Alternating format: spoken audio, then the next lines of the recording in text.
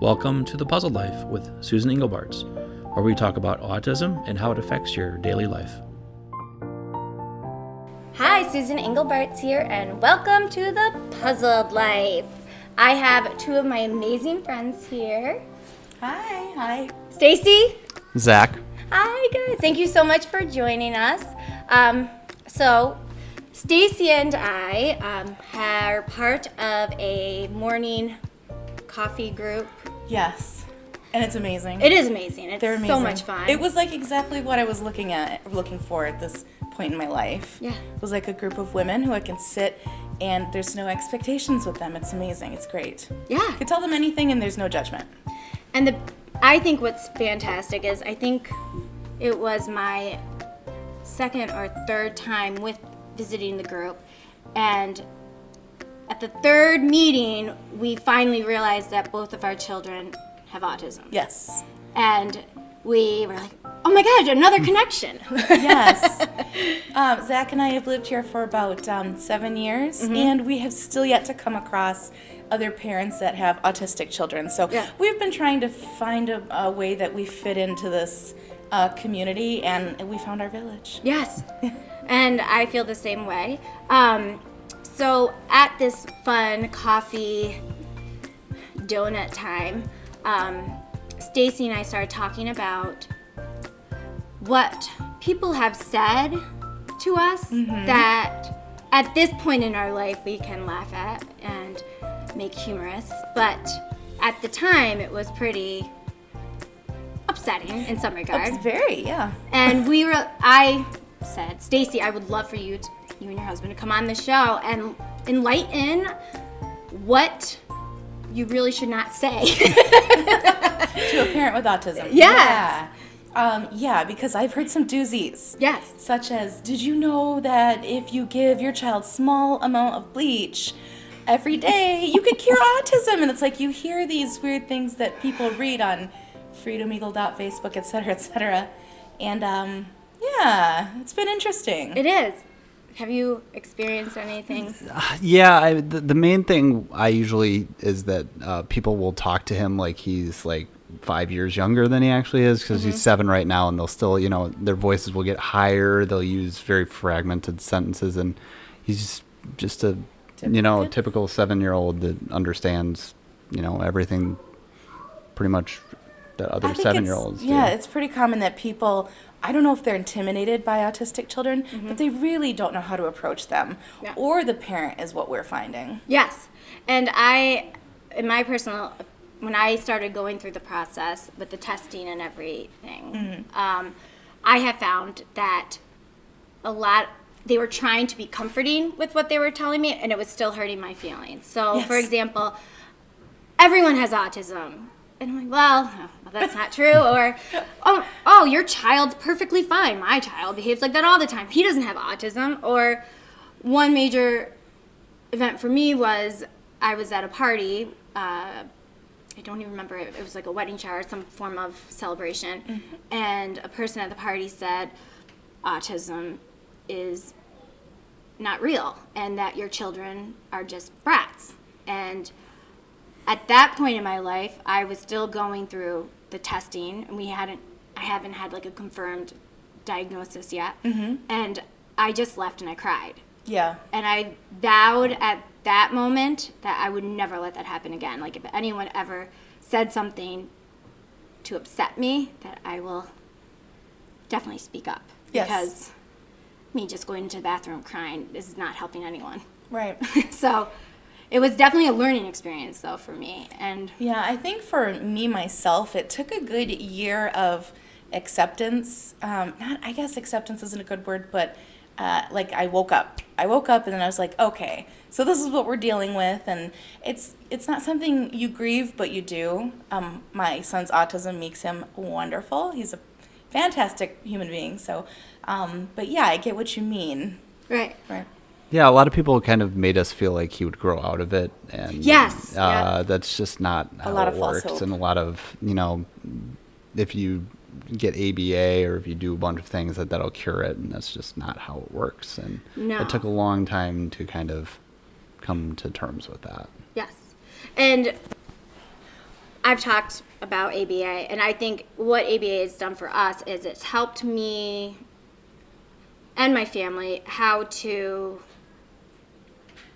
teach me how to parent my children and how to bring an environment that makes them successful. So, but it definitely does not do the curing. Otherwise, I want my money back. No, I'm just kidding. That probably sounded bad. I apologize. But I always feel like parents who don't have autistic children are always looking for the magic cure. Yes. Whereas parents that I meet who have children who do have autism are just looking for how to get through today or this moment or this phase in this child's life. We are never looking for the magic cure because it just doesn't exist. No. They are. Yes. And it's amazing to me, especially the older generation who is having a harder time understanding autism because people weren't as diagnosed as frequently back then. So the older generation will be like, well, if you just do this, he'll be fine. If you just do that, he'll be fine. Or spank the autism out of it. We've heard it all. Oh, yeah, that's a good one. Yeah, people, one of the things that caused him to be tested as autism was he doesn't look at people when they call his name, and that tends to aggravate people. Like, they'll think that he's just being a brat and is not looking at them and not paying attention to them, but he's listening. His brain isn't processing it like typical kids do.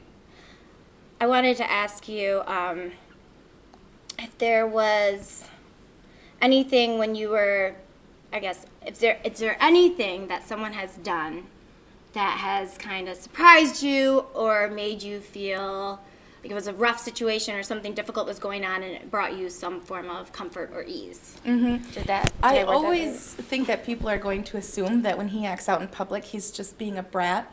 And I can think of one example in particular where we were at the happiest place on earth at Disney World, and our reservation for our dinner was running about a half hour late, which for an autistic child is like 3 days. So he whips himself back on the ground and starts throwing a tantrum, and this woman was looking at him, and she looked concerned, and I was preparing for her to say, oh, what a bratty child. But instead she goes, he is just like my grandson, and there's nothing wrong with that. And it made me feel like, whew, I got this, I can do this. And just, I guess people having a little more open-mindedness to maybe something is going on with that child is helpful. Yeah. Have you witnessed or remember? Well, it's almost like us before kids. We'd always go to a restaurant and be like, oh, why would you bring your kids here? Why it annoyed absolute crap out of us. And then now we're like, we'll bring him and we'll have no judgment whatsoever on anyone that's having a tough time because we've been there and we know how it is. And I think if more people could experience that, a lot of that judgment would go away. I think, yeah. And for me, one moment was when Liam, Neil, I don't think Trey was with me, but it was Liam and Neil and me, and I thought I would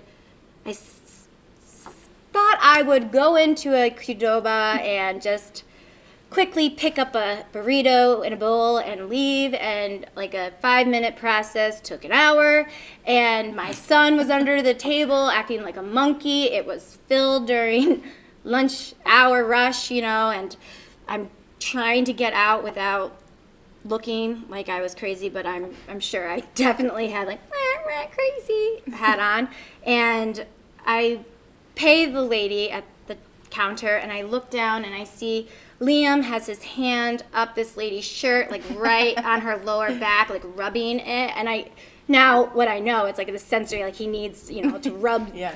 And I'm like, get your hand off her. I'm like, oh my God, I'm so sorry. My son just was groping you. I apologized immensely, and she just like, it's totally fine.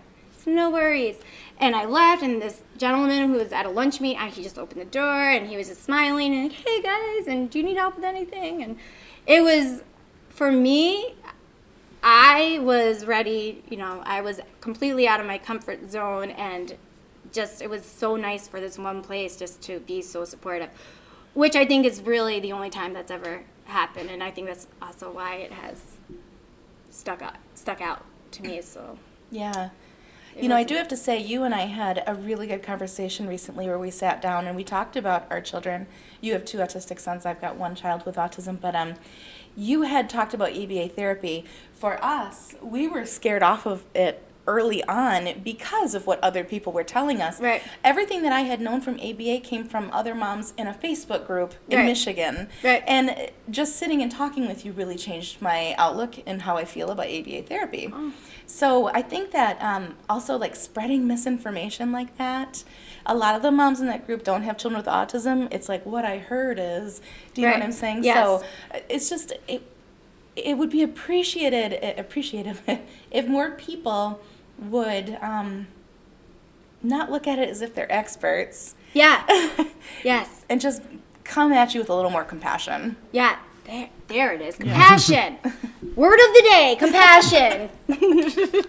Yeah, we were reading things about ABA like that they would give them a toy and then take it away and just, you know, let them work through it. And it's I imagine it's not like that, but we were completely scared off of it because of just things we had read, and it's hard to sift through what is, you know, actually going on and what is true.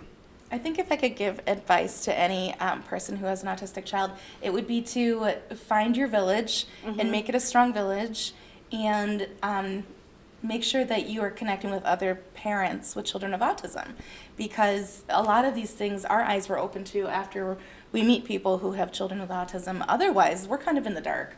We're just kind of winging it. Yeah.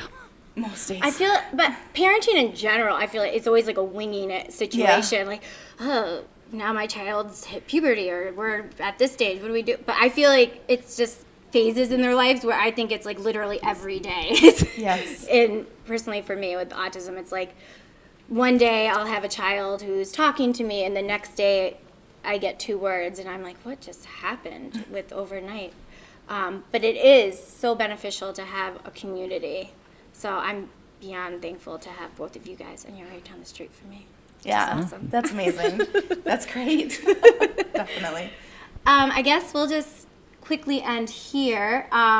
Is there anything else that you guys felt like you really wanted to say, or that was on your heart that you wanted to get out? Sure. I just want people to understand that though my son is flap happy, we call it, and he does have tantrums that could set the tone for the next week, he really is a typical child in every other sense, and his autism makes him really compassionate and empathetic, and he's just wonderful.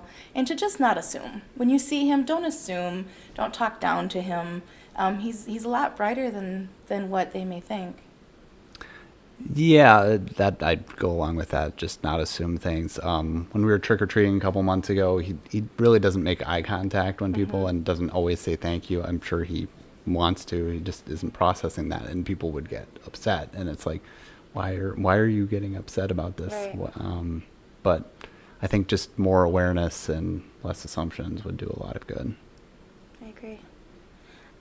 It's nice hearing your stories, because as much as autism is out now and there's so much more knowledge, and I still feel sometimes quite alone, that no one else understands, so it's nice to hear your stories, because it makes me realize that I'm not alone in this, and I know I'm not, but it gives me the reassurance and the comfort. So again, thank you for sharing your stories and coming on, and thanks guys for tuning in with us at The Puzzled Life today. Make sure you come back next month, the first Monday of next month.